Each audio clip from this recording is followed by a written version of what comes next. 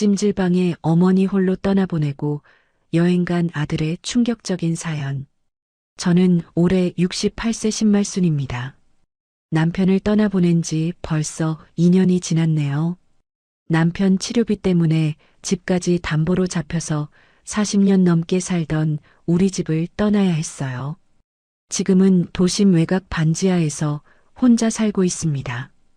보증금 500만 원에 월세 35만 원짜리 작은 원룸이죠. 창문도 작아서 햇빛이 거의 들지 않는 곳이에요.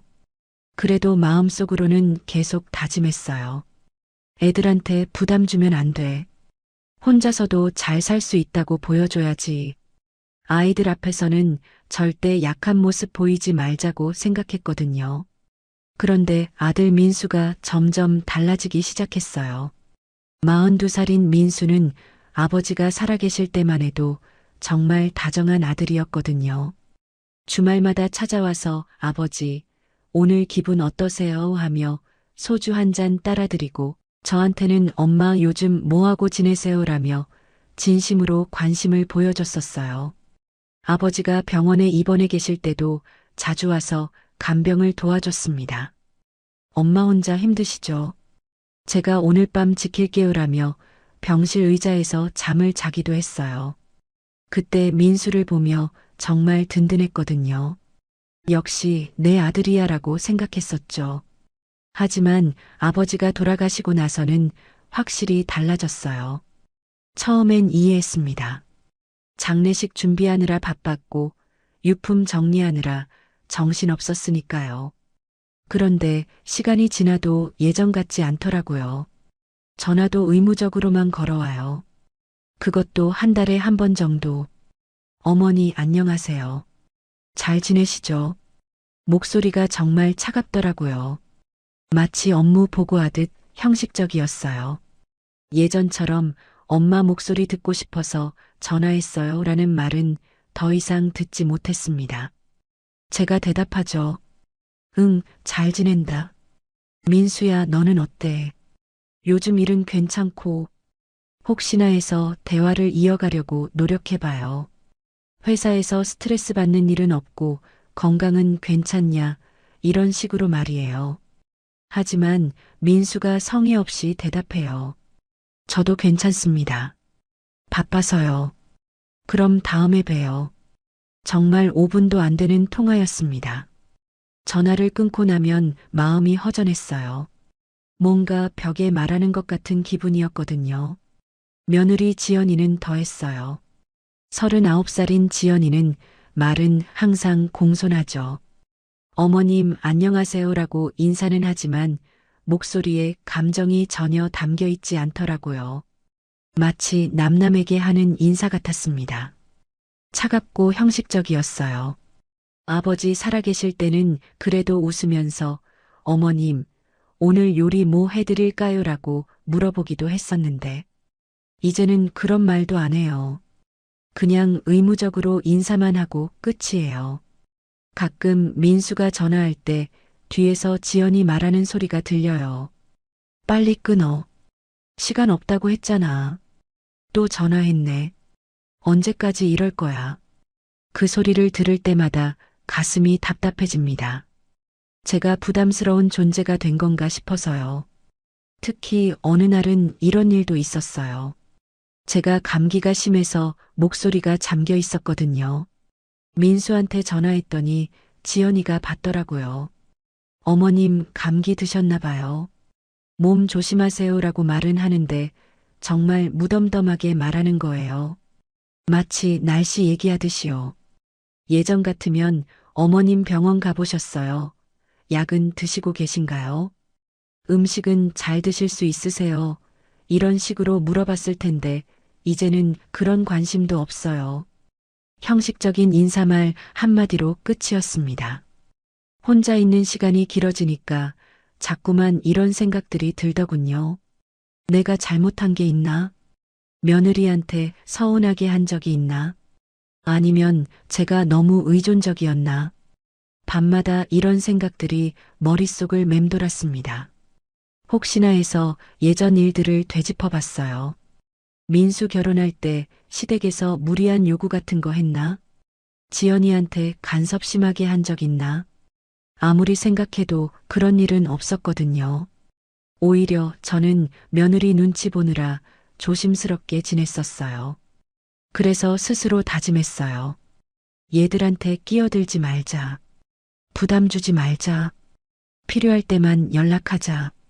먼저 전화 걸지도 말고 조용히 혼자 살아가자고 마음먹었습니다. 그게 서로에게 좋을 거라고 생각했어요.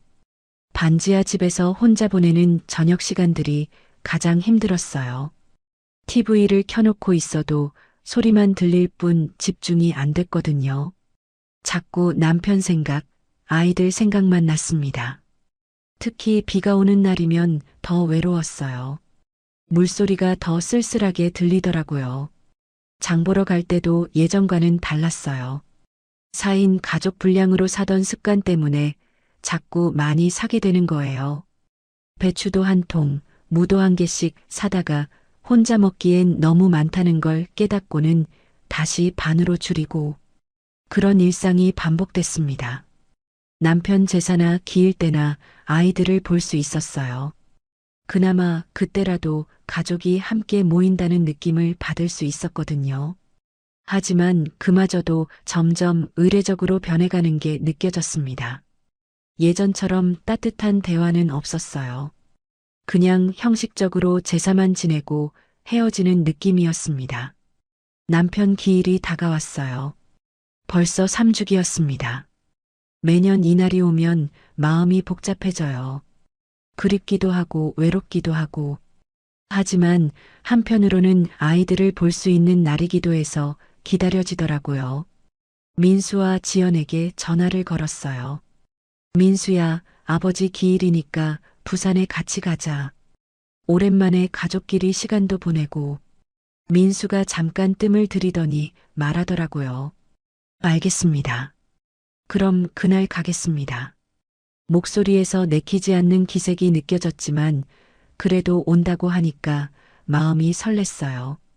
혹시 이번 기회에 예전처럼 가족 같은 느낌을 되찾을 수 있을까 하는 기대가 생겼거든요. 기일 며칠 전부터 준비를 시작했어요. 남편이 좋아했던 음식들을 하나하나 준비하려니까 마음이 짠하더군요. 제사상에 올릴 나물들도 정성껏 무치고 전도 여러 가지 부쳤습니다. 애호박전, 동태전, 새우전까지. 손목이 아파도 계속 뒤집고 했어요.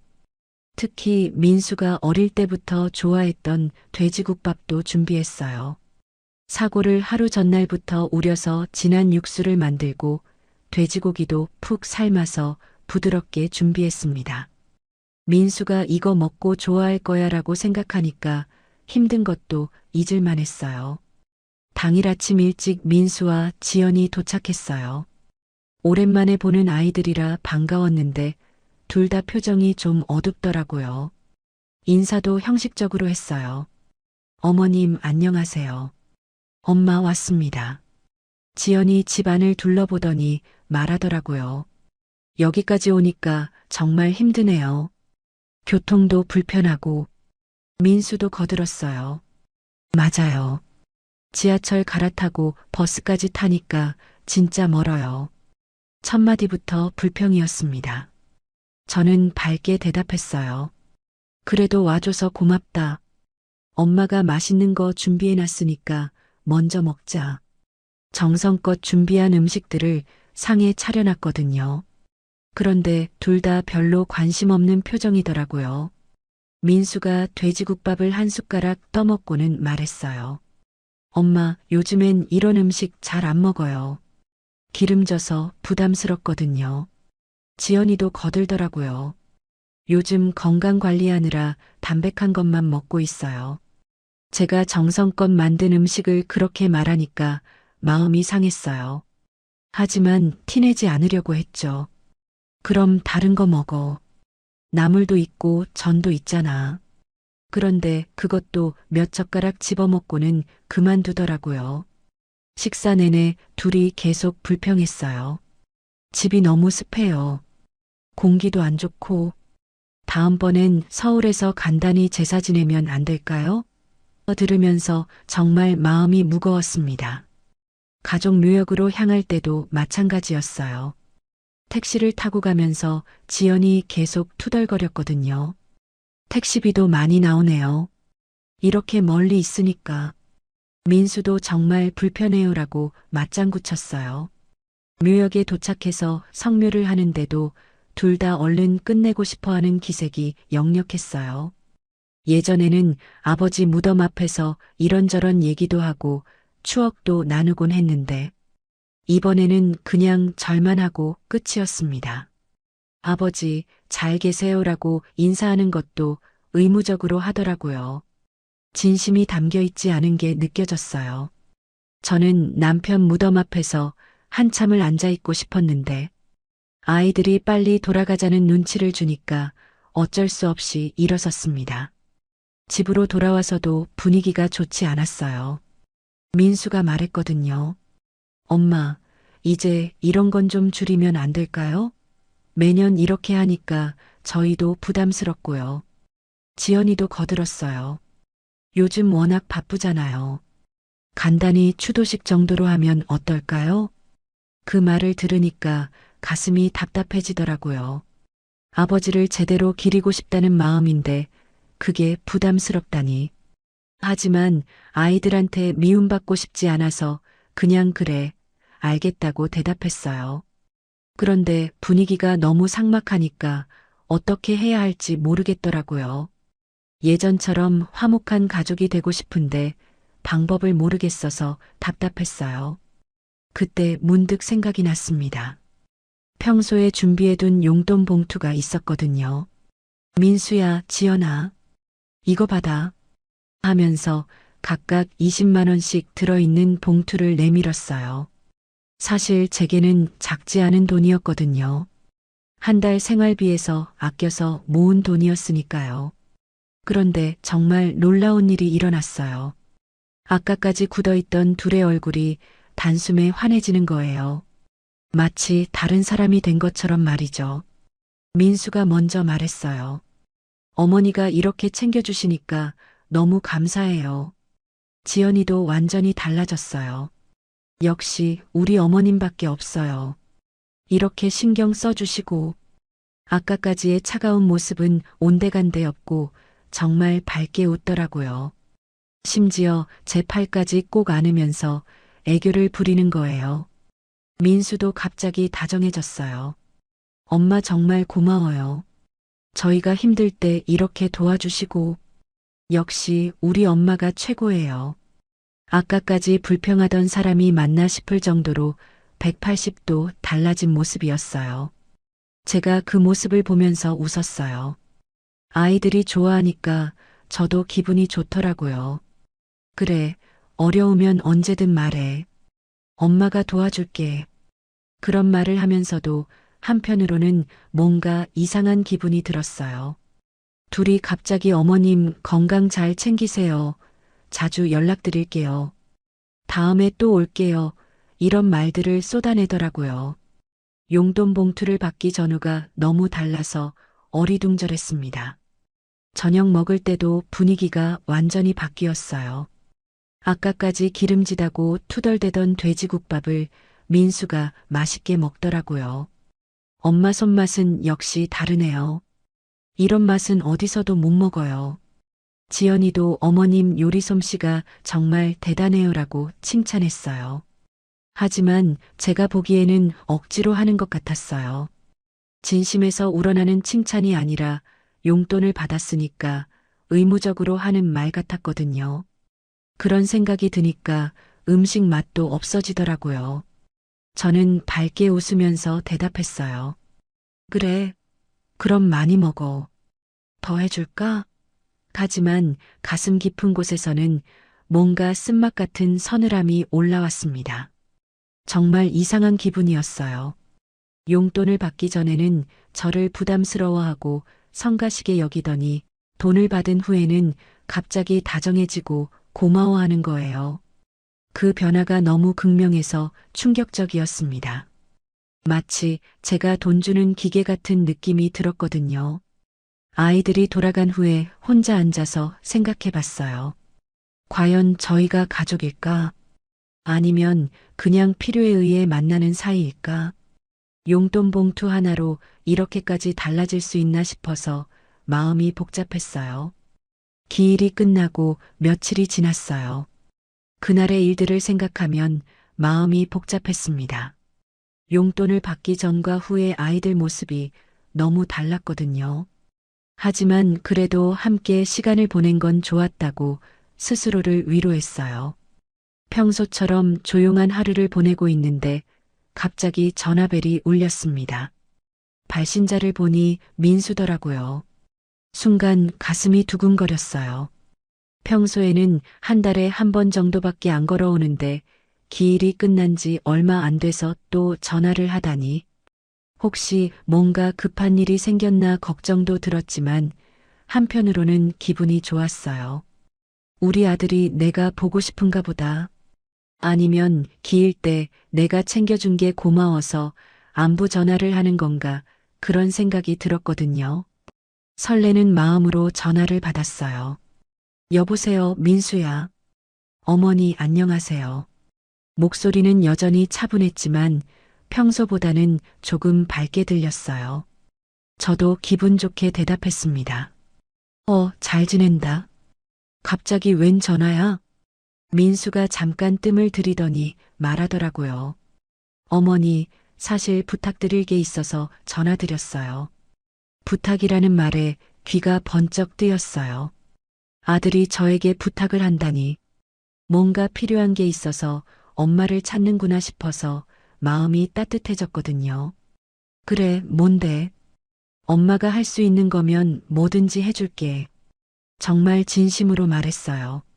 아들이 필요로 한다면 뭐든지 해주고 싶었거든요.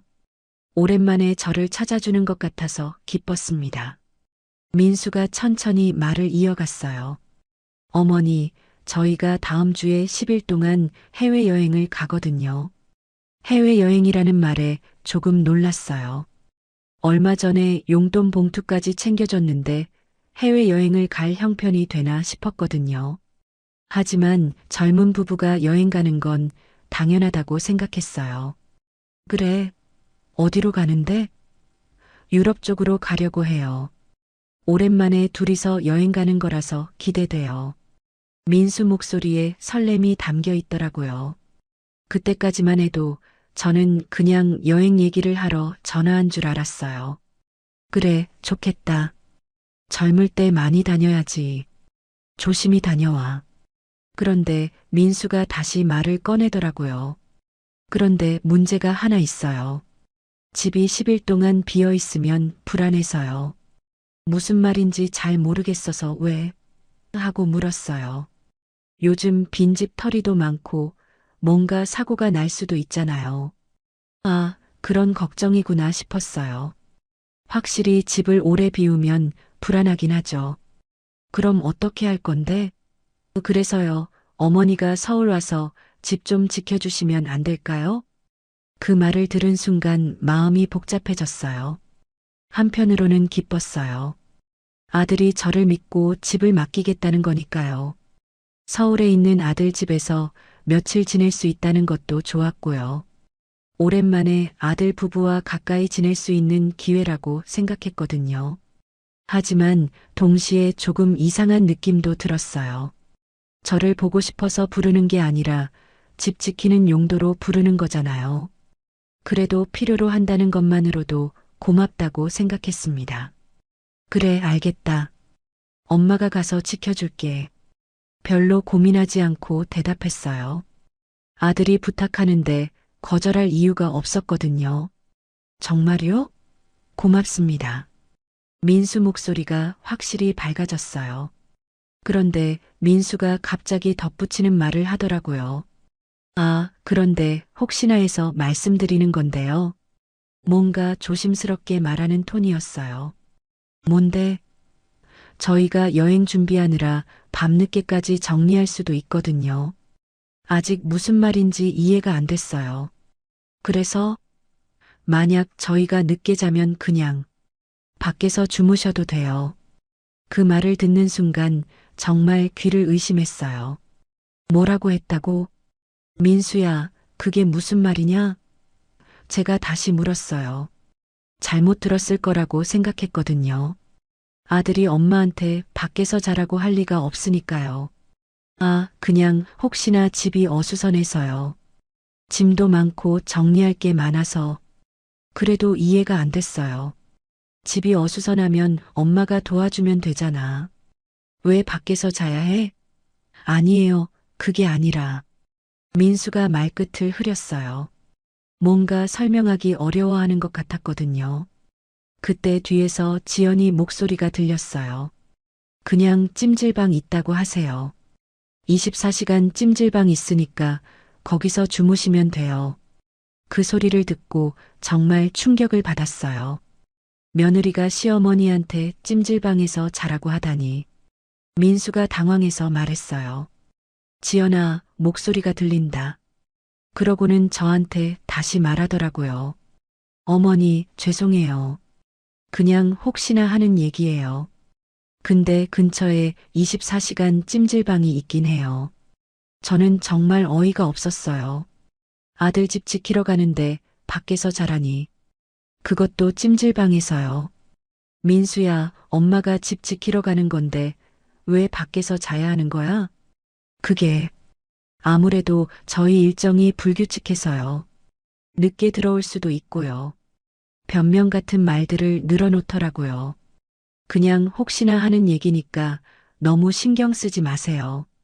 하지만 저는 그 말이 계속 머릿속에 맴돌았어요. 집 지키러 오라고 해놓고 밖에서 자라니. 그럼 대체 뭘 지키라는 건가요? 제가 없어도 되는 거 아닌가 싶었어요. 그럼 언제 오면 돼? 그래도 가겠다고 한 약속은 지켜야 한다고 생각했어요. 다음 주 월요일에 오시면 돼요. 저희는 화요일 새벽에 출발하거든요. 알겠다. 전화를 끊고 나서 한참을 멍하니 앉아 있었어요. 정말 이상한 부탁이었거든요. 집을 지켜달라면서 밖에서 자라니. 그럼 누가 집을 지키는 건가요? 그때는 몰랐어요. 그 말이 정말로 현실이 될 줄은. 아들이 설마 진짜로 엄마를 밖에서 재울까 봐서는 상상도 못했거든요. 그냥 농담 반, 진담 반으로 한 말이겠거니 했어요. 하지만 왠지 모르게 불안한 기분이 들었어요. 뭔가 잘못될 것 같은 예감이 있었거든요. 그래도 아들이 부탁하는 일인데 거절할 수는 없다고 생각했습니다. 괜찮아, 가서 보면 알겠지. 스스로를 다독이며 서울 갈 준비를 시작했어요. 며칠 있을 짐을 싸고 아들네 집에서 해줄 음식도 생각해 봤어요. 그래도 기대가 되었거든요. 하지만 그때 제가 알았다면, 그 말이 얼마나 잔인한 현실이 될지 알았다면 절대 가지 않았을 거예요. 아니, 가더라도 마음의 준비라도 했을 텐데. 그런 생각도 전혀 못했어요. 그날 밤 잠자리에 들면서도 계속 그 말이 떠올랐어요. 밖에서 주무셔도 돼요. 정말 이상한 말이었어요. 하지만 설마 진짜일까봐 그냥 넘어갔어요. 그게 제 인생 최대의 실수였습니다. 약속한 날이 됐어요. 부산에서 서울로 가는 KTX 표를 미리 예약해뒀거든요. 아침 일찍 가려고 했는데 표가 없어서 오후 늦은 시간 걸로 예약할 수밖에 없었어요. 오후 6시 출발이었습니다. 짐을 싸면서도 계속 신경이 쓰였어요. 며칠 동안 있을 옷가지며 아들네에서 해줄 반찬 재료까지 챙기다 보니 가방이 꽤 무거워졌어요. 나이가 들어서 그런지 예전보다 힘이 많이 부족하더라고요.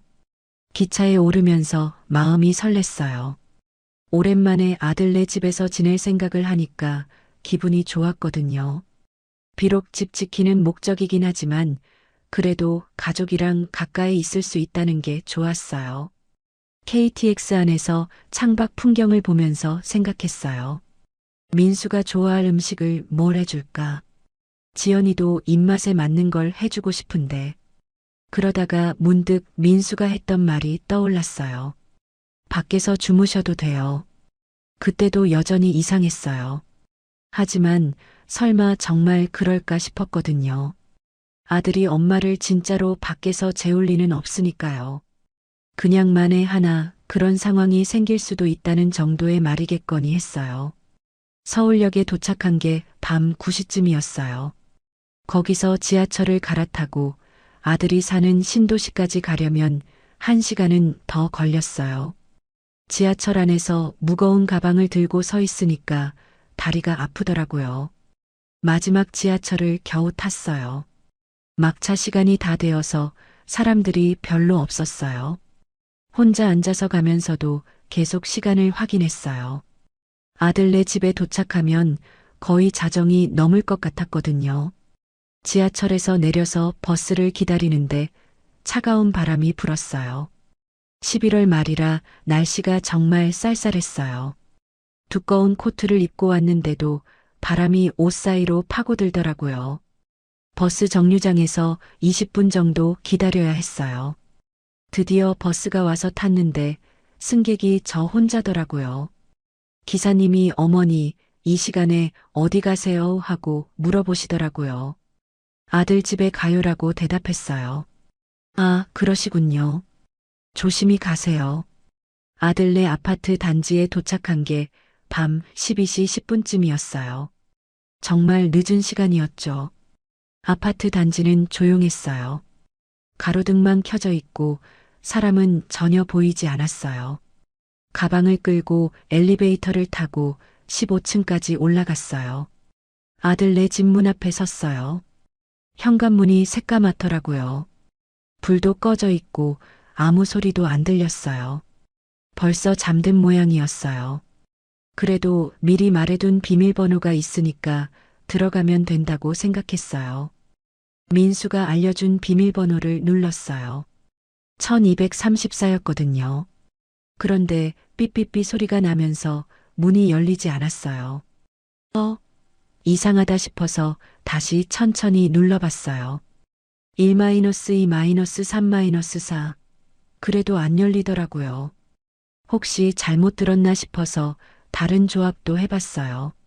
민수 생일, 지연이 생일, 결혼 기념일까지 생각나는 숫자를 다 눌러봤어요. 6번, 7번, 8번. 계속 실패했어요. 그때부터 조금씩 불안해지기 시작했어요. 복도에 혼자 서 있으니까 을씨년스러웠어요.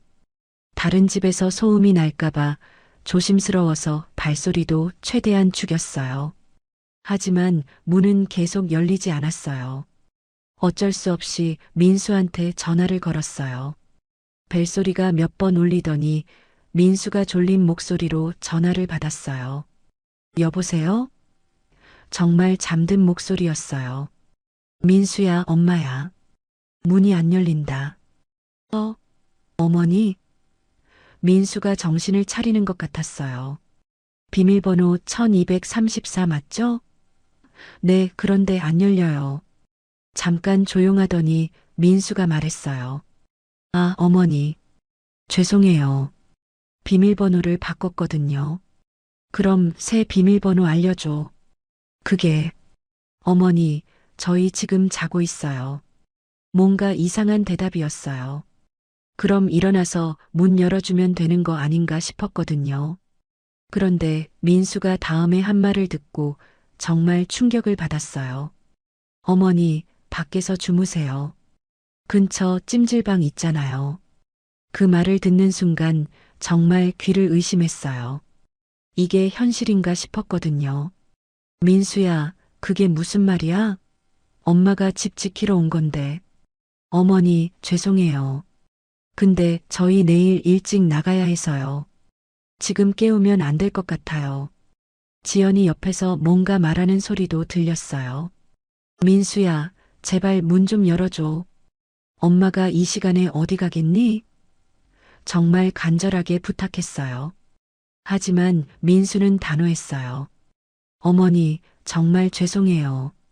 근처에 24시간 찜질방 있어요.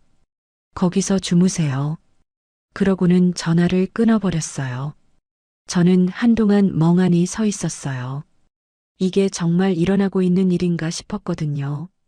아들이 엄마를 문 앞에 세워두고 찜질방에 가서 자라고 하다니. 다시 전화를 걸어봤지만 받지 않았어요.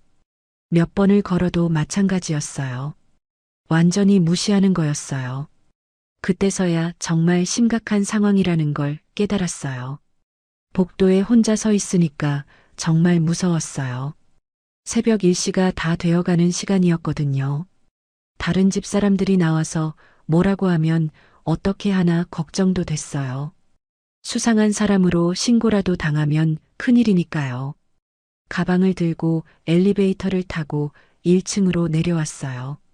아파트 경비실 쪽으로 가려다가 말았어요. 경비원한테 뭐라고 설명할 건가요?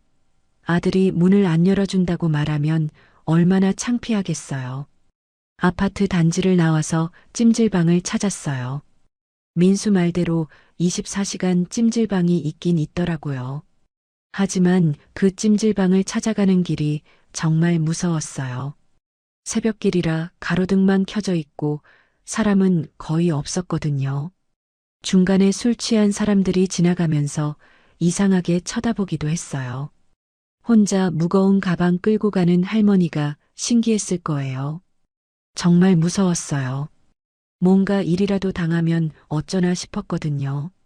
찜질방에 도착해서 입장료를 냈어요. 1만 원이었어요. 제게는 적지 않은 돈이었지만 어쩔 수 없었어요. 다른 갈 곳이 없었으니까요. 직원이 어머니, 이 시간에 오셨네요 라고 말했어요. 찜질방 안으로 들어가니까 몇몇 사람들이 바닥에 누워서 자고 있었어요. 대부분 남자들이었고 나이 든 여자는 저밖에 없는 것 같았어요. 한 구석에 자리를 잡고 앉았어요. 가방을 베개 삼아 눕긴 했지만 잠이 올 리가 없었어요. 바닥이 딱딱하기도 했고 주변에서 코 고는 소리도 들렸어요. 무엇보다 마음이 너무 아팠어요. 아들이 저를 이렇게 대할 줄은 몰랐거든요. 새벽 내내 뒤척이면서 생각했어요.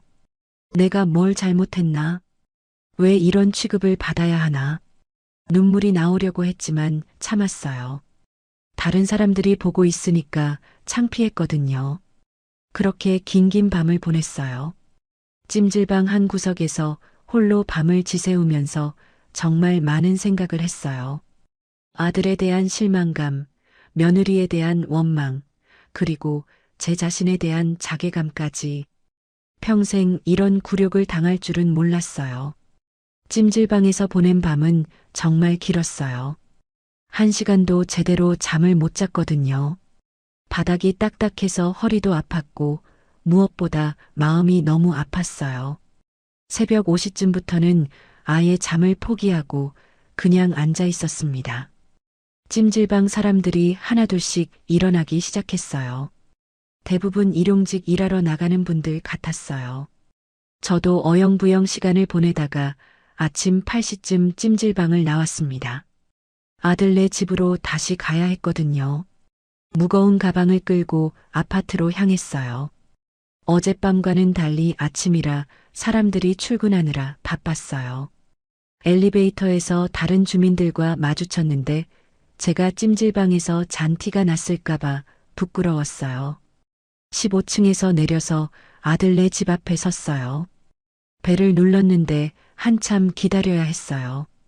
안에서 발자국 소리가 들리더니 민수가 문을 열었어요. 잠옷 차림에 머리도 산발이었어요. 막 일어난 모습이었습니다. 어머니 왔어요? 민수가 말했는데 목소리에 미안함이나 죄송함 같은 건 전혀 없었어요. 그냥 평범하게 인사하는 톤이었어요. 마치 어제 일이 아무것도 아닌 것처럼 말이에요. 제가 들어가면서 말했어요. 민수야, 어제 정말 힘들었다. 그런데 민수가 대답하는 게 더 가관이었어요. 어머니, 어제 너무 피곤해서요. 죄송해요. 그러더니 바로 이어서 근데 엄마도 좀 일찍 오시지 그랬어요. 그 말을 듣는 순간 정말 어이가 없었어요. 제가 늦게 와서 잘못이라는 뜻인가요? 12시에 도착한 게 늦은 건가요? 그럼 몇 시에 와야 했다는 건가요? 하지만 민수는 정말 아무렇지도 않은 표정이었어요. 그때 지연이 부엌에서 나오더라고요. 아직 세수도 안 한 모습이었어요. 어머님 오셨네요. 인사는 했지만 역시나 형식적이었어요. 그러더니 바로 물어보더라고요. 찜질방 괜찮으셨어요? 그 질문이 정말 충격적이었어요. 괜찮았냐고 물어보다니. 68세 노인이 새벽에 혼자 찜질방에서 자는 게 괜찮을 리가 있나요? 그런데 지연이는 정말 궁금해서 묻는 것처럼 자연스럽게 물어보더라고요. 제가 대답하기도 전에 지연이가 또 말했어요. 엄마도 이런데 적응 좀 하셔야죠. 요즘 세상이 많이 바뀌었잖아요. 적응하라는 게 무슨 말인가요? 아들 집에 오면서 찜질방에서 자는 게 당연한 일인가요? 저는 정말 할 말을 잃었어요. 어떻게 이런 말을 할 수 있는 건가요? 시어머니한테 찜질방에 적응하라니. 게다가 그걸 당연하다는 듯이 말하는 게 더 충격적이었어요. 지연아, 엄마가 어젯밤에 얼마나 힘들었는지 아니? 제가 조심스럽게 말했어요. 그런데 지연이가 대답하는 게 더 기가 막혔어요. 어머님, 찜질방이 그렇게 나쁘지 않아요. 요즘은 시설도 좋고요. 마치 제가 트집 잡는 것처럼 말하더라고요. 찜질방 시설이 문제가 아니잖아요. 아들이 엄마를 밖에서 재운 게 문제인 건데.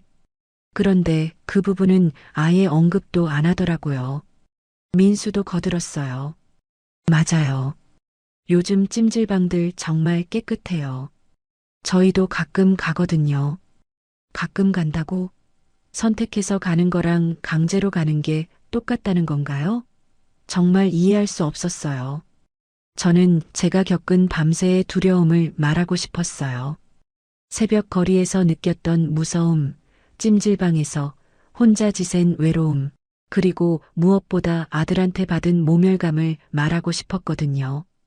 민수야, 엄마가 어젯밤에 말을 시작하려는데 민수가 시계를 보더니 말했어요. 어머니, 죄송한데 저희 준비해야 해서요. 오늘 여행짐 정리하고 내일 새벽에 출발하거든요. 지연이도 거들었어요. 시간이 별로 없어요. 어머님도 피곤하실 테니까 쉬시면서 집 좀 봐주세요. 제 말을 들으려고 하지 않더라고요. 그냥 일방적으로 자기들 할 말만 하고 끝이었어요. 그때 정말 깨달았어요. 이 아이들은 제가 어떤 기분인지, 어떤 고통을 겪었는지 전혀 관심이 없구나. 그냥 집 지키는 역할만 하면 되는 거구나. 엄마로서의 감정이나 아픔 같은 건 전혀 중요하지 않구나. 민수가 말했어요. 어머니, 냉장고에 음식 있으니까 드시고요. 저희는 방에서 짐 정리할게요. 너무 시끄러우면 죄송해요. 그러고는 지연이와 함께 방으로 들어가 버렸어요. 저는 거실에 혼자 남겨졌어요. 무거운 가방을 든 채로 서 있으니까 정말 초라했어요. 집 지키러 온 거 맞나 싶었어요. 손님도 아니고 가족도 아닌 애매한 존재가 된 기분이었거든요. 방에서 민수와 지연이 대화하는 소리가 들렸어요. 여행 가방 어디 있지? 신발 몇 켤레나 가져갈까? 정말 신나하는 목소리였어요. 어젯밤 엄마를 찜질방에서 재운 일 따위는 까맣게 잊은 것 같았어요. 저는 소파에 앉아서 멍하니 있었어요. 이게 내 인생인가 싶었거든요. 68살까지 살면서 이런 취급을 받을 줄은 몰랐어요. 그것도 내가 낳아서 키운 아들한테서 말이에요. 그 순간 정말 이상한 느낌이 들었어요. 가슴 속에서 뭔가 뚝하고 끊어지는 소리가 들리는 것 같았어요. 마치 줄이 끊어지는 것처럼요. 아들에 대한 사랑, 가족에 대한 기대, 그런 것들이 한순간에 사라지는 기분이었어요. 어제까지만 해도 그래도 내 아들인데, 며느리인데라고 생각했어요. 이해하려고 노력했고, 용서하려고 했어요. 하지만 이제는 그런 마음이 전혀 들지 않았어요. 완전히 남남이 된 기분이었거든요. 30분쯤 지나니까 민수가 나왔어요. 어머니, 저희 마트 가서 여행용품 좀 사고 올게요. 집 잘 봐주세요. 그러고는 지연이와 함께 나가버렸어요. 인사도 대충 하고 말이에요. 집에 혼자 남겨지니까 정말 허전했어요. 이게 집 지키기인가 싶었어요. 그냥 빈 집에 혼자 있는 거잖아요. 그럼 굳이 제가 올 필요가 있었나 생각이 들었어요. 저는 그때 결심했어요. 이제 더 이상 이런 취급받지 않겠다고. 아들이고 며느리고 상관없이 저도 제 자존심이 있는 사람이라고.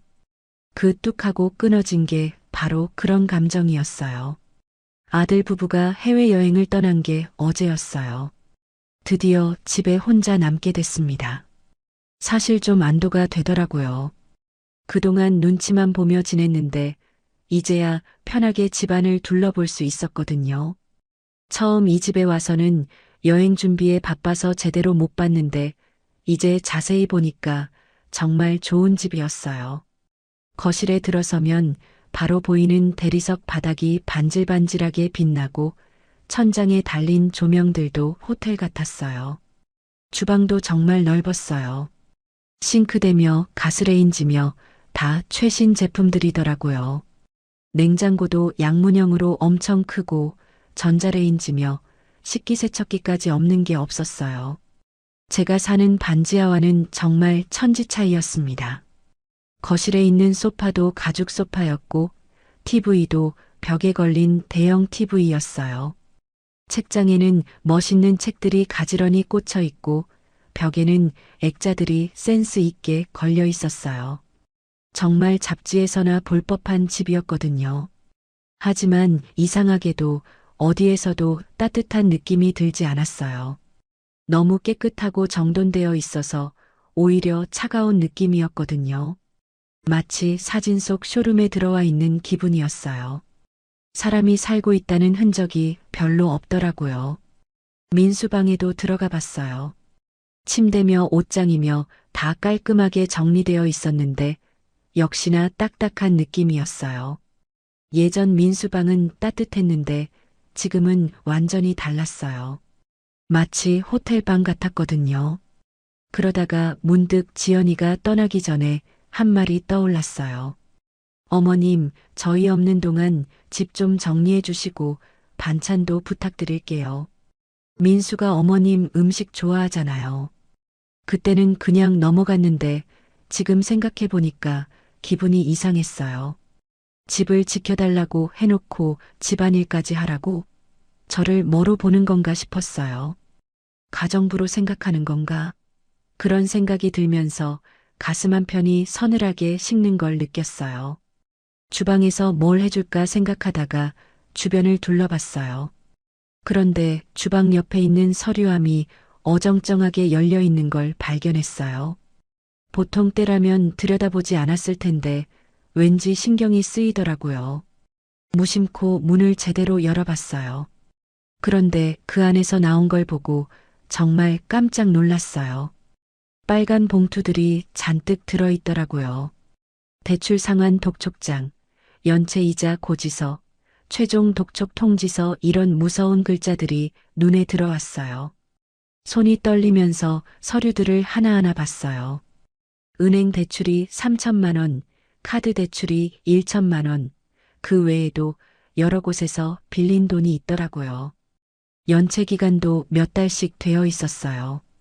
정말 심각한 상황이었습니다. 그뿐만 아니라 독촉 전화 기록도 있었어요. 하루에 몇십 통씩 온 기록들이요. 보면서 정말 충격적이었어요. 겉으로는 이렇게 좋은 집에 살면서 속으로는 이런 어려움을 겪고 있었다니. 그 순간 모든 게 이해됐어요. 왜 집을 지켜달라고 했는지, 왜 저를 이렇게 가볍게 대했는지. 혹시 집에 무슨 일이라도 생기면 보험 문제가 있을 수도 있고 빈집이라는 게 알려지면 더 곤란할 수도 있으니까요. 결국 저는 그냥 집 지키는 도구였던 거예요. 가족이라서 불러온 게 아니라 필요해서 불러온 거였어요. 그래서 찜질방에서 자라고 해도 별로 미안해하지 않았던 거고 집안일까지 당연하게 부탁했던 거였어요. 냉장고 문을 열어봤어요. 안에는 술병 몇 개와 배달 음식 용기들만 들어 있었어요. 야채 칸은 거의 비어 있고 반찬이라고 할 만한 것도 없었어요. 겉으로는 이렇게 화려한 집인데 냉장고 속은 정말 썰렁했어요. 그 모습이 민수 부부의 마음과 똑같다는 생각이 들었어요. 겉으로는 화려하게 살고 있지만 속은 엉망이고, 겉으로는 저를 챙기는 척하지만 속으로는 이용만 하려고 하는 거 아닌가 싶었거든요. 갑자기 화가 나기 시작했어요. 제가 뭐 호구인가요? 아들이라고, 며느리라고 해서 이렇게 함부로 대해도 되는 건가요? 저도 사람인데 이렇게 취급받을 이유가 없잖아요.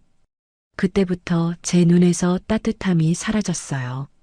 아들에 대한 사랑, 가족에 대한 기대, 그런 것들이 한순간에 차갑게 식어버렸거든요. 대신에 조용한 결심이 마음속에서 고개를 들었어요. 그래, 나는 이 집의 식모가 아니다. 마음속으로 중얼거렸어요. 너희를 위해서가 아니라 너희 때문에 더 이상 상처받지 않기 위해 떠나는 거다. 그렇게 마음먹으니까 오히려 시원했어요. 이제야 정신을 차린 것 같았거든요. 68살까지 살면서 이런 취급받을 이유가 없잖아요. 아들이고 며느리고 상관없이 저도 제 자존심이 있는 사람이니까요. 부엌에 들어가서 소고기 무국을 끓이기 시작했어요. 민수가 어릴 때부터 좋아했던 음식이었거든요. 하지만 이번에는 다른 마음으로 끓였어요. 마지막으로 해주는 음식이라는 생각으로요. 국물이 끓어오르는데 갑자기 더 이상 할 필요가 없다는 생각이 들었어요.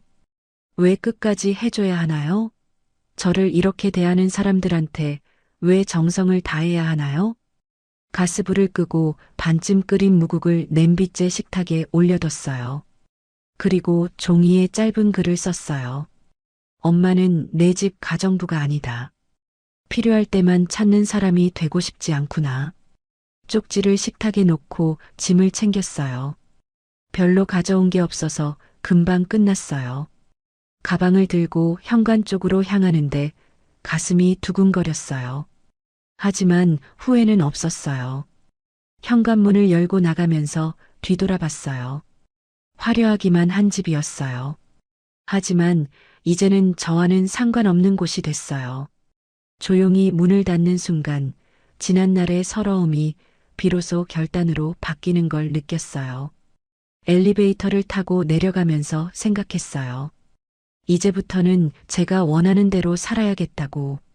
아무리 가족이라도 저를 함부로 대하면 안 된다고. 그런 당당한 마음으로 아파트를 떠났습니다. 민수와 지연이 해외여행 마지막 준비를 하고 있었어요. 내일 새벽 6시 비행기라서 오늘 밤에 모든 걸 마쳐야 했거든요. 캐리어에 옷가지를 넣고 여행 일정표도 다시 한번 확인했어요. 지연이가 말했어요. 여행용품 다 챙겼나? 선크림이랑 모자 빼먹지 말고. 다 챙겼어. 카메라 배터리도 여분으로 가져가고. 민수도 신이 나 있었어요. 오랜만에 둘이서 떠나는 여행이니까 기대가 됐거든요. 그런데 어머니는 뭐 하고 계실까? 지연이가 문득 물어봤어요. 아침부터 방에만 있어서 어머니 모습을 제대로 못 봤거든요. 아마 TV 보고 계시거나 쉬고 계실 거야. 피곤하실 테니까. 민수는 사실 어머니에 대해 별로 신경 쓰지 않고 있었어요. 집 지키는 역할만 해주면 된다고 생각했거든요. 어차피 일주일 정도 지나면 돌아가실 거니까 그때까지만 계시면 된다고 여겼어요. 배고프지 않을까? 저녁 뭐 드시라고 할까? 지연이가 말했어요. 냉장고에 음식 있잖아. 어머니가 알아서 하실 거야. 민수는 별로 관심 없다는 듯 대답했어요. 어머니는 항상 알아서 잘하시는 분이라고 생각했거든요. 캐리어 정리가 끝나고 거실로 나왔어요.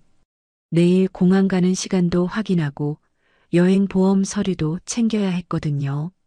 그런데 식탁 위에 뭔가 놓여 있는 게 보였어요. 저게 뭐지? 민수가 식탁 쪽으로 다가갔어요. 냄비 하나가 올려져 있고 옆에 종이 한 장이 놓여 있었거든요. 처음에는 어머니가 뭔가 해놓으신 건 줄 알았어요. 냄비 뚜껑을 열어보니까 무국이 들어 있었어요. 그런데 뭔가 이상했어요. 반쯤 끓인 것 같았거든요. 완성된 요리가 아니라 중간에 그만둔 것 같은 느낌이었어요. 옆에 있는 종이를 집어들었어요. 어머니 글씨였어요. 엄마는 내 집 가정부가 아니다. 필요할 때만 찾는 사람이 되고 싶지 않구나. 그 글을 읽는 순간 민수는 멍해졌어요. 이게 무슨 뜻이지? 지연이도 와서 쪽지를 봤어요. 둘 다 당황했어요. 갑자기 이런 글을 남기신 이유를 알 수 없었거든요. 어머님이 화가 나신 건가? 민수가 급하게 어머니 방으로 갔어요. 어머니 계세요? 문을 두드렸지만 대답이 없었어요. 문을 살짝 열어보니까 방이 비어 있었어요. 침대도 정리되어 있고 어머니 가방도 보이지 않았어요. 어머니가 안 계셔. 민수가 지연에게 소리쳤어요. 집안을 다 찾아봤지만 어머니는 어디에도 없었어요. 완전히 떠나신 거였어요. 그제야 쪽지의 의미를 이해하기 시작했어요. 민수는 다시 쪽지를 읽어봤어요. 가정부가 아니다. 필요할 때만 찾는 사람. 그 말들이 가슴에 박히더라고요. 어머니가 어떤 기분이셨을지 생각해 보니까 정말 미안했어요. 우리가 정말 그렇게 대했나? 민수가 중얼거렸어요. 돌이켜보니까 어머니한테 정말 심하게 했던 것 같았어요. 찜질방에서 자라고 했던 것, 집안일을 당연하게 부탁했던 것, 모든 게 잘못이었어요. 지연이도 충격을 받은 것 같았어요. 어머님이 이렇게 상처받으실 줄 몰랐는데, 목소리가 떨리고 있었어요. 평소에는 별로 감정을 드러내지 않는 지연이었는데, 이때는 정말 당황한 모습이었어요. 어머니가 언제 나가셨을까? 민수가 시간을 계산해 봤어요. 점심 이후부터는 어머니 모습을 못 봤으니까 그때 나가신 것 같았어요. 이미 몇 시간이 지난 상황이었어요. 민수는 어머니한테 전화를 걸어봤어요. 하지만 계속 꺼져 있었어요. 몇 번을 걸어도 현재 전화를 받을 수 없습니다라는 음성만 들렸어요. 완전히 연락을 끊으신 것 같았어요. 엄마가 이런 마음이었어? 민수가 쪽지를 다시 보면서 말했어요. 그 순간 정말 많은 생각이 들었어요. 어머니가 얼마나 외로우셨을지, 얼마나 서러우셨을지 상상이 됐거든요. 찜질방에서 혼자 주무시게 했던 그날 밤이 떠올랐어요. 68세 어머니가 새벽에 혼자 찜질방에서 자야 했던 그 기분을 생각해 보니까 정말 끔찍했어요. 어떻게 그런 일을 할 수 있었을까 싶었어요. 민수는 그 자리에 주저앉았어요. 다리에서 힘이 빠지더라고요. 내가 정말 나쁜 아들이었구나. 지금까지 어머니를 당연하게 생각했던 것, 필요할 때만 연락했던 것, 모든 게 잘못이었어요. 지연이도 옆에 앉으면서 말했어요. 우리 너무 심했나? 처음으로 죄책감에 눈이 빨개지더라고요. 어머님한테 정말 미안해. 평소에 감정 표현을 잘 안 하는 지연이었는데 이때는 진짜 후회하는 것 같았어요. 여행은 어떻게 해? 지연이가 물어봤어요. 내일 아침 비행기표도 다 끊어놓고 호텔 예약도 다 해놨는데 이런 일이 생기니까 정말 당황스러웠어요.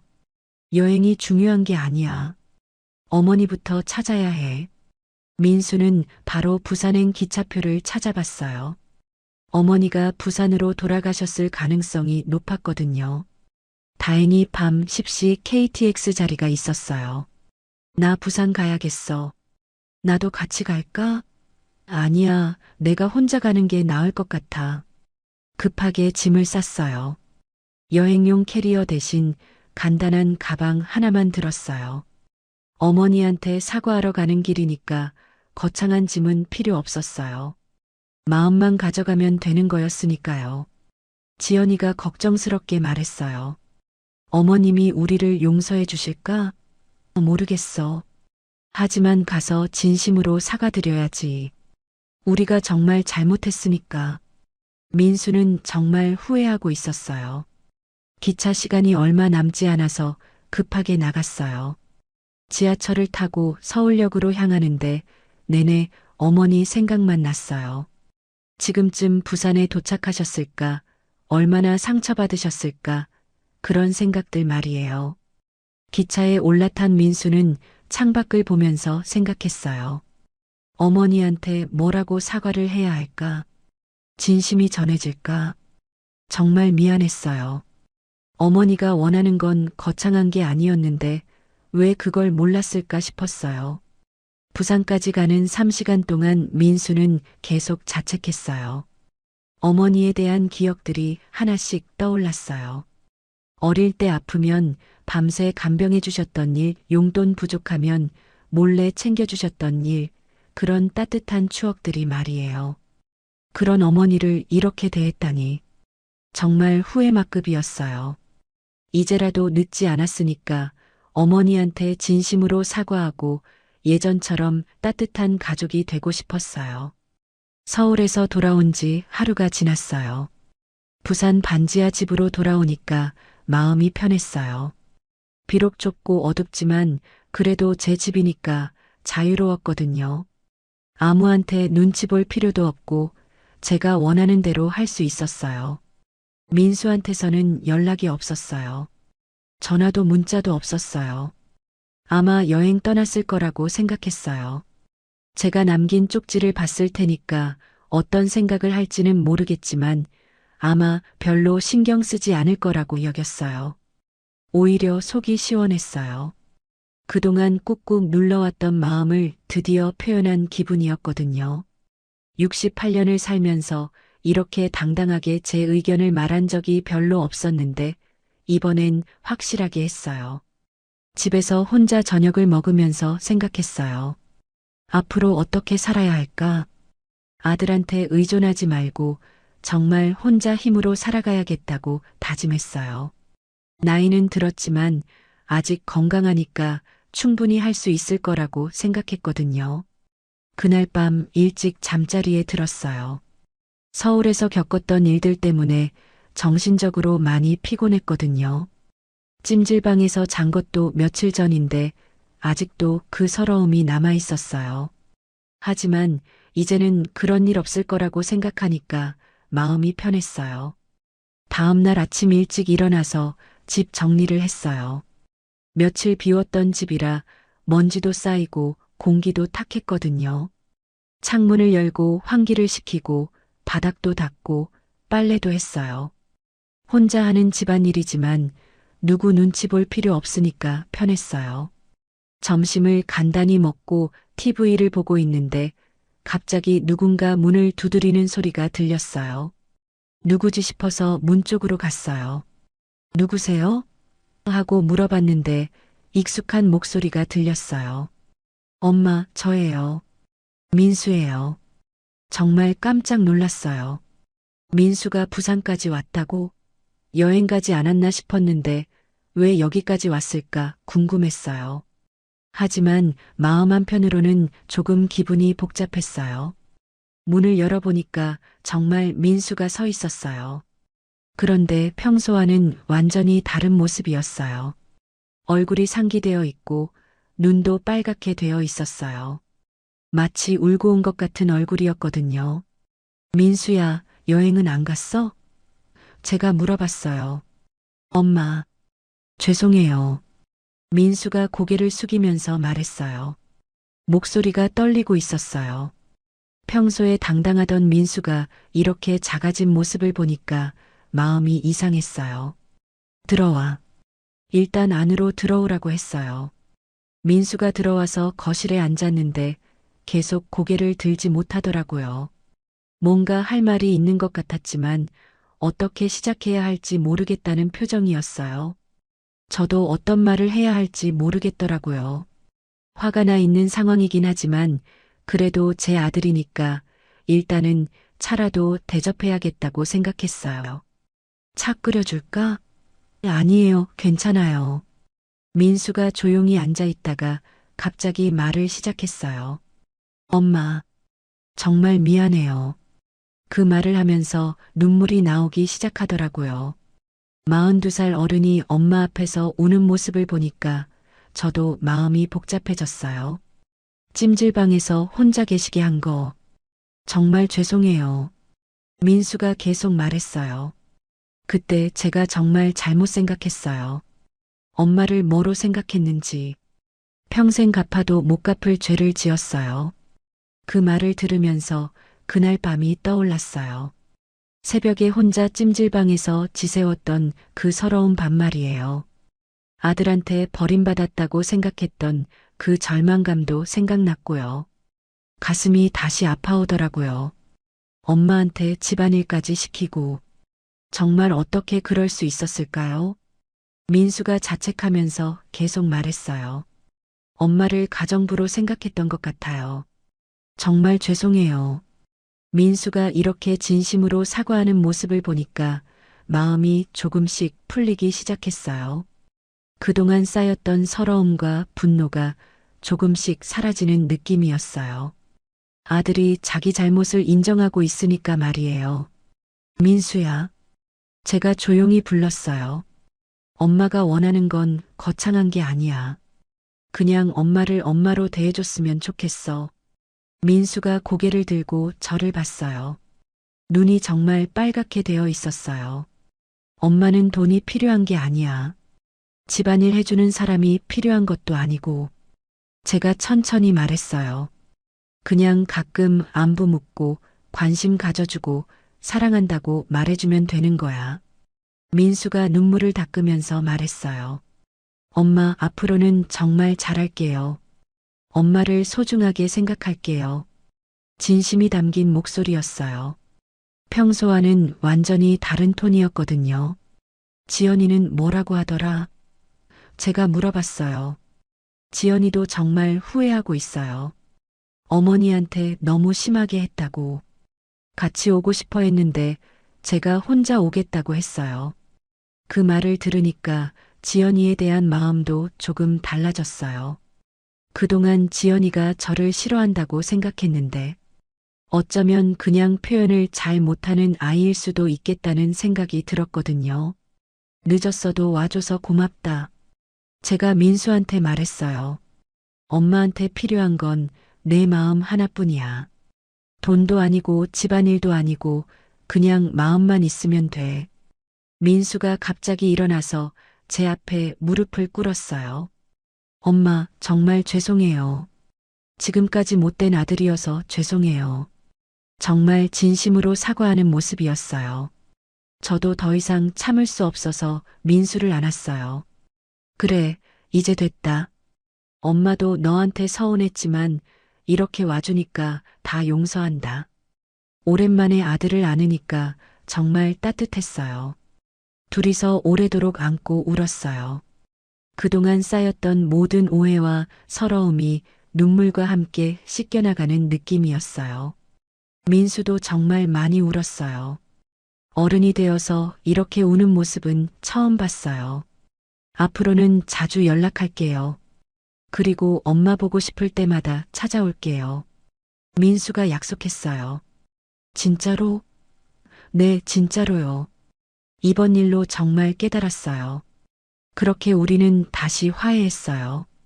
한번 끊어졌던 모자의 끈이 다시 이어진 거죠. 이전보다 더 단단하게 말이에요. 62세에 재혼 후 한 달. 어찌나 후회되던지 남편이 세상을 떠난 지 3년이 지났습니다.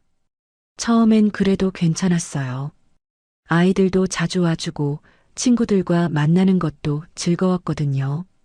그런데 시간이 지날수록 혼자 있는 시간이 너무 길어졌죠. 특히 저녁 시간이 가장 힘들었습니다.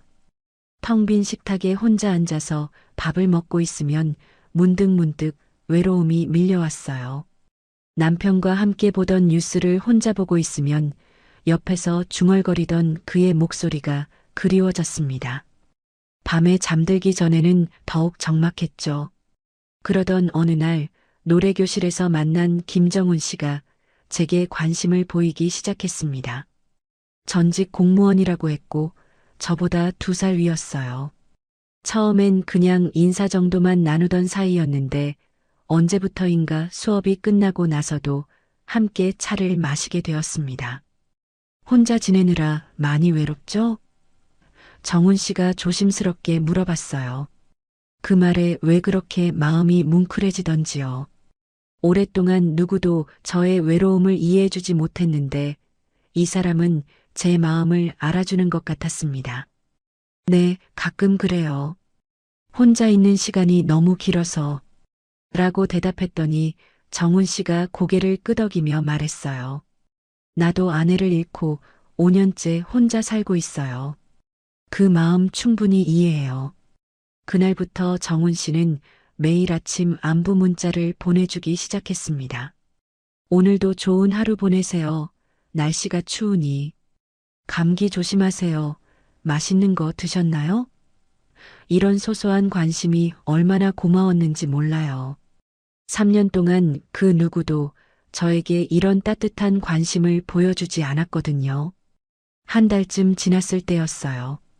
정훈 씨가 저녁 식사를 같이 하자고 제안했습니다. 근처 한정식집에서 만났는데 그 사람이 정말 세심하게 챙겨주는 거예요. 반찬을 제 앞으로 밀어주고 물잔이 비면 바로 채워주고요. 혼자 드시면 밥맛도 없죠? 앞으로 자주 같이 식사해요. 정훈 씨의 말에 가슴이 따뜻해졌습니다. 정말 오랜만에 누군가가 저를 챙겨주는 느낌이었거든요. 그때만 해도 저는 이런 따뜻함이 얼마나 소중한지만 생각했어요. 저녁 식사 후에 정훈 씨와 동네를 산책했습니다. 이렇게 함께 걷고 있으니까 예전 신혼시절 같네요. 라고 말하는데 왠지 모르게 얼굴이 붉어졌어요. 이 나이에 이런 감정을 느끼다니 저도 참 우스웠습니다. 하지만 동시에 마음 한편으로는 불안함도 있었어요. 너무 빨리 가까워지는 것은 아닌가 하는 생각이 들었죠. 그런데 정훈 씨는 제 그런 마음을 알아차린 것처럼 말했어요. 서두르지 말고 천천히 알아가요. 나도 조심스럽거든요. 그 말에 마음이 놓였습니다. 이 사람은 진정성이 있구나 싶었어요. 그 후로 정훈 씨와의 만남이 잦아졌습니다. 주 2-3회씩 만나서 식사도 하고 영화도 보고 가끔은 드라이브도 했어요. 정훈 씨는 항상 저를 먼저 배려해줬고 제 말을 끝까지 들어줬습니다. 이렇게 좋은 분을 만날 수 있어서 정말 감사해요. 라고 말했더니 정훈 씨가 제 손을 잡으며 말했어요. 나야말로 고마워요. 혼자 지낼 때는 하루하루가 그냥 지나가는 것 같았는데 이제는 매일이 기다려져요. 그 순간 제 마음도 완전히 열렸습니다. 이 사람과 함께라면 남은 인생을 행복하게 보낼 수 있을 것 같았어요.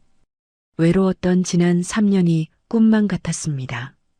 하지만 그때는 전혀 몰랐어요. 62세에 재혼을 결심하고 단 한 달 만에 그 결정을 그렇게 후회하게 될 줄은요.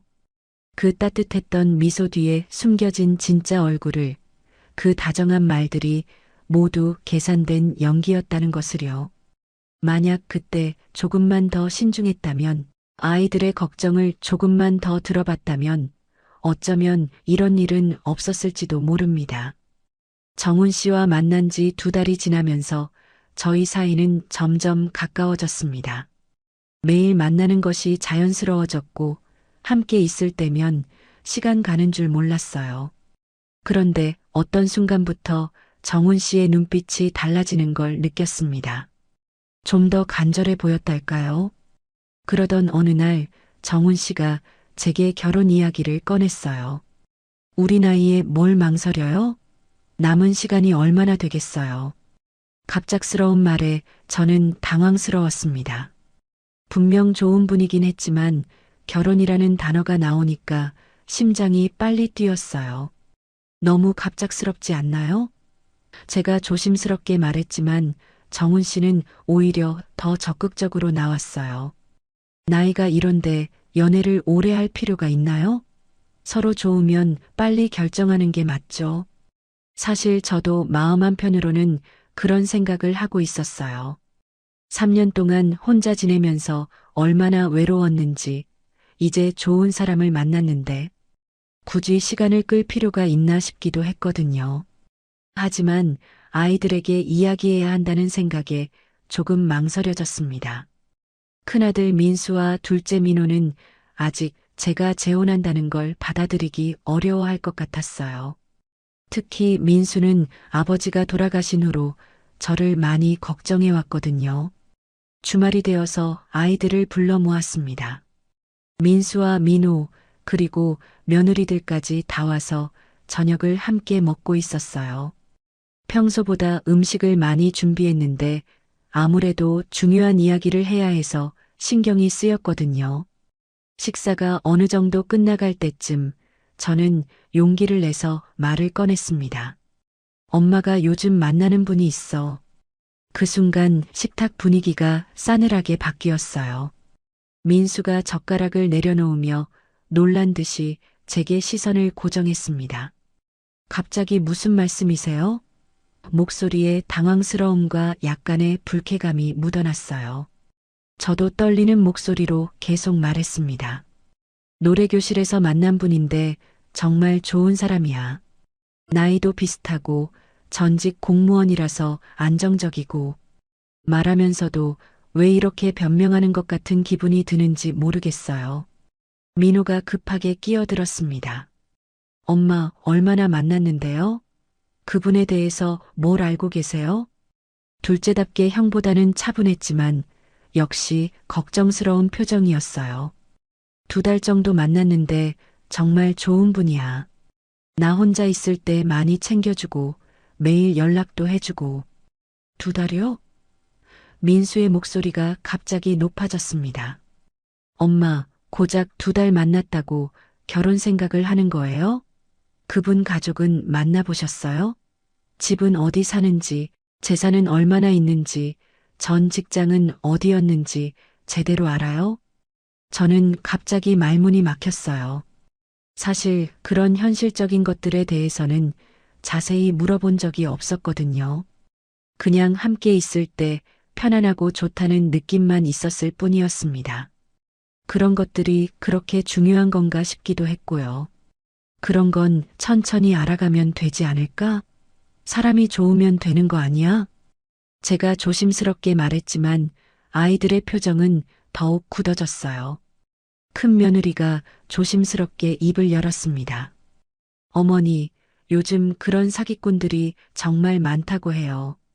특히 경제적으로 여유 있고 혼자 사시는 분들한테 일부러 접근해서. 사기꾼이라니, 그런 말 하지 마. 저도 모르게 목소리가 높아졌어요. 정훈 씨를 그렇게 말하는 게 기분이 나빴거든요. 그 사람이 저한테 얼마나 잘해주는데요. 민수가 더욱 진지한 표정으로 말했습니다. 엄마, 우리가 그분을 한번 만나볼 수 있을까요? 제대로 알아보고 나서 결정하시는 게 좋을 것 같은데요. 아버지 돌아가시고 나서 엄마 혼자 고생하시는 거 보면서 우리도 많이 마음 아팠어요. 재혼하시는 것 자체는 반대하지 않아요. 하지만 너무 성급한 것 같아서. 그런데 여기서 문제가 생겼어요. 정훈 씨가 제 가족들과 만나는 것을 계속 미뤘거든요. 아직 시기상조야. 우리가 더 확실해지면 그때 소개할게. 괜히 서두르다가 부담만 줄 수 있어라고 말하면서 자꾸 회피했어요. 그분이 가족 만나는 걸 부담스러워해서. 제가 말하자 민호가 즉시 반응했습니다. 그게 더 이상한 거 아니에요? 진짜 결혼할 생각이면 가족 만나는 게 당연한 거 아닌가요? 숨길 게 없다면 왜 피해요? 둘째 며느리도 거들었어요. 맞아요, 어머니. 저희도 결혼 전에 양가 부모님 다 만나보고 했잖아요. 그게 예의이기도 하고요. 아이들의 말이 맞는 것 같기도 했지만 한편으로는 정훈 씨의 입장도 이해가 됐어요. 저도 처음에는 조심스러웠으니까요. 너무 빨리 가족들한테 소개하면 부담스러울 수도 있겠다 싶었거든요.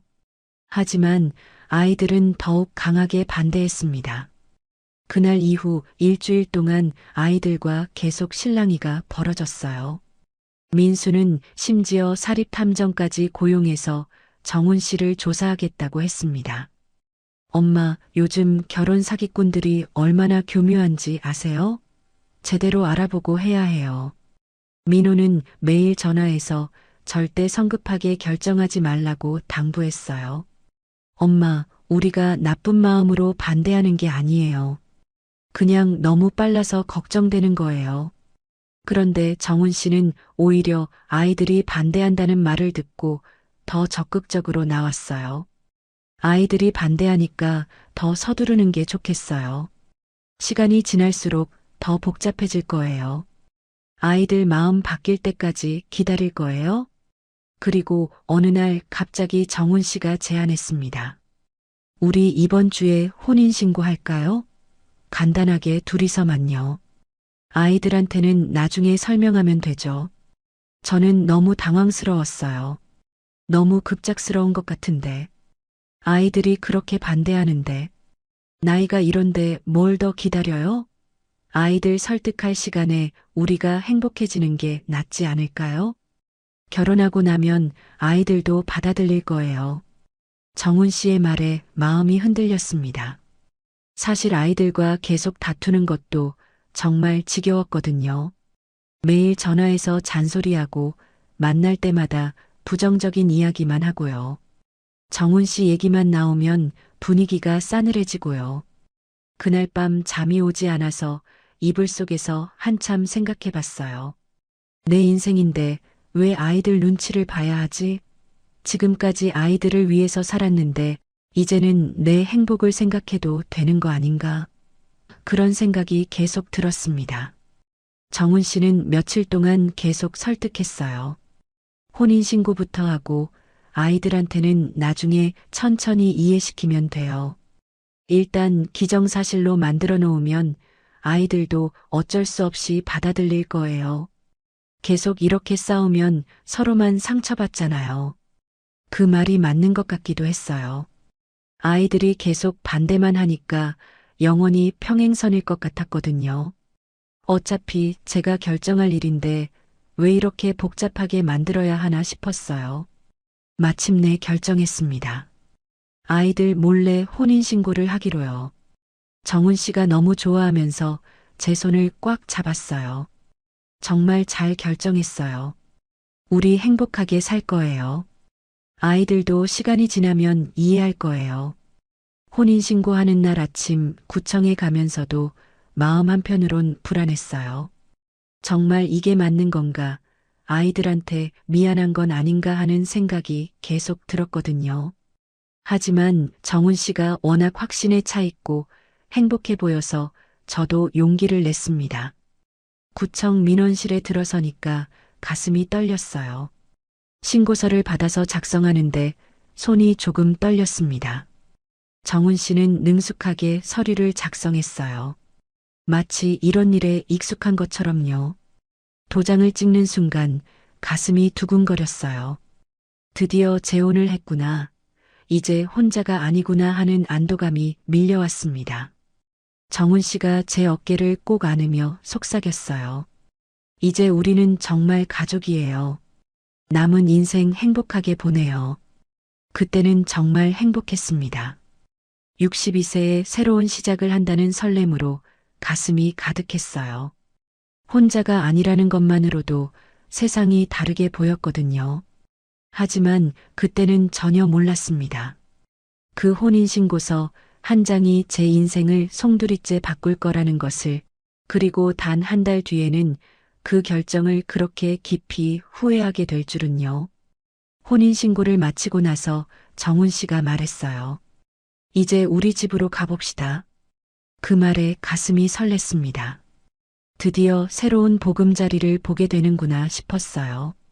지금까지 정훈 씨 집에 한 번도 가본 적이 없었거든요. 항상 밖에서만 만났었죠. 차를 타고 가는 동안 정훈 씨는 계속 말했어요. 집이 좀 오래됐어요. 혼자 살다 보니까 신경을 많이 못 썼네요. 겸손하게 말하는 것 같아서 오히려 좋았습니다. 허세 부리지 않는 모습이 더 진실해 보였거든요. 그런데 도착한 곳을 보고 저는 깜짝 놀랐어요. 낡은 다세대 주택 2층에 있는 작은 빌라였습니다. 외벽 페인트는 벗겨져 있고 계단도 삐걱거렸어요.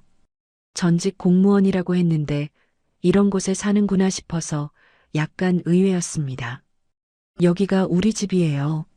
정훈 씨가 문을 열어주는데 안으로 들어서자마자 퀴퀴한 냄새가 났어요. 오랫동안 환기를 안 한 듯한 냄새였죠. 거실도 생각보다 훨씬 좁았고 가구들도 낡아 보였습니다. 정훈 씨는 제 표정을 살피더니 급하게 말했어요. 곧 이사할 예정이에요. 더 좋은 곳으로요. 지금은 임시로 사는 거라서. 그렇게 말하니까 조금 마음이 놓였어요. 임시라면 괜찮겠구나 싶었거든요. 하지만 뭔가 어색한 기분이 들었어요. 혼자 산다고 해도 너무 정리가 안 되어 있었거든요. 싱크대에는 설거지하지 않은 그릇들이 쌓여 있고 테이블 위에는 신문과 서류들이 어수선하게 놓여 있었습니다. 앉으세요. 차 한 잔 드릴게요. 정훈 씨가 부엌으로 들어가는데 저는 소파에 앉아서 주변을 둘러봤어요. 벽에 걸린 달력은 작년 것이었고 화분 속 화초들은 다 말라 죽어 있었습니다. 왠지 모르게 을씨년스러운 느낌이 들었어요. 차를 가져오면서 정훈 씨가 갑자기 말을 꺼냈습니다. 그런데 부인이 운영하던 식당은 어떻게 정리했어요? 너무 갑작스러운 질문에 저는 당황했어요. 지금까지 제 재산에 대해서 이렇게 직접적으로 물어본 적이 없었거든요. 네. 갑자기 왜 그런 걸 물어보세요? 제가 되물었지만 정훈 씨는 태연하게 대답했어요. 이제 부부가 됐으니까 서로 알아야죠. 솔직히 얘기해 봅시다. 그 말투가 뭔가 달랐어요. 지금까지 들어본 정훈 씨의 목소리와는 다른 느낌이었습니다. 좀 더 직설적이고 차갑달까요? 식당을 정리하면서 얼마 정도 받았어요? 계속해서 묻는 정훈 씨를 보며 저는 불편함을 느꼈습니다. 하지만 이미 결혼한 사이니까 숨길 것도 없겠다 싶어서 대답했어요. 2억 정도 받았어요. 그걸로 지금 건물 하나 사서 월세를 받고 있고요. 제가 말하자 정훈 씨의 눈이 번쩍했어요. 그 순간 뭔가 이상한 기분이 들었습니다. 아, 그렇군요. 월세는 얼마나 나와요? 정훈 씨가 더 관심 있게 물었어요. 목소리에 흥미로운 톤이 섞여 있었습니다. 한 달에 300만 원 정도요. 제가 대답하자 정훈 씨가 고개를 끄덕였어요. 그러더니 갑자기 다른 이야기를 꺼냈습니다. 우리 이제 부부니까 통장도 합치는 게 좋지 않을까요? 따로 관리하면 복잡하잖아요. 너무 갑작스러운 제안에 저는 말문이 막혔어요. 통장을 합친다는 게 무슨 뜻이에요? 제가 조심스럽게 물었습니다. 아, 그냥 투명하게 관리하자는 뜻이에요. 서로 숨기는 것 없이요. 나도 내 통장 다 보여줄게요. 정훈 씨가 웃으면서 말했지만 그 웃음이 어색해 보였어요. 저는 뭔가 이상한 기분이 들었습니다. 결혼 첫날에 갑자기 재산 이야기만 하는 것도 그렇고 통장을 합치자는 것도 너무 성급한 것 같았거든요. 하지만 거절하기도 애매했어요. 이미 결혼한 사이인데 의심한다고 생각할까 봐서요. 좀 갑작스러운 것 같은데. 제가 말하자 정훈 씨의 표정이 살짝 굳어졌어요. 갑작스럽다니요? 우리 부부잖아요. 부부끼리 뭘 숨겨요? 목소리에 약간 불쾌한 기색이 보였습니다. 지금까지 본 정훈 씨와는 완전히 다른 모습이었어요. 그 순간 뭔가 잘못됐다는 생각이 스쳤지만 저는 그 생각을 애써 무시했습니다. 아마 결혼 첫날이라서 서로 어색한 거겠지. 시간이 지나면 괜찮아질 거라고 스스로를 달랬어요. 그래도 천천히 생각해 볼게요. 제가 말하자 정훈 씨는 더 이상 그 이야기를 하지 않았어요. 하지만 분위기가 확실히 어색해졌습니다. 그날 저녁 식사를 하면서도 정훈 씨는 계속 제 재산에 대해서 물어봤어요. 예금은 얼마나 있어요? 다른 부동산은 없어요? 보험은 뭘로 들어놓았어요? 하나하나가 다 불편했지만 결혼한 사이니까 당연한 것일 수도 있다고 생각했어요. 하지만 밤이 되면서 불안감이 더 커졌습니다. 정훈 씨는 제가 가져온 짐을 정리하면서 계속 뭔가를 확인하는 것 같았어요. 이거 비싸 보이네요. 이 반지 금이에요? 이런 식으로 제 물건들에 대해서 계속 관심을 보였거든요. 잠자리에 들면서도 마음이 편하지 않았어요. 정훈 씨는 금세 잠이 들었지만 저는 잠이 오지 않았습니다. 천장을 바라보면서 계속 생각이 났어요. 이게 맞나? 뭔가 이상한 것 같은데. 그런데 곧바로 다른 생각이 들었어요. 아니야, 내가 너무 예민한 거야. 결혼 첫날이니까 어색할 수 있지.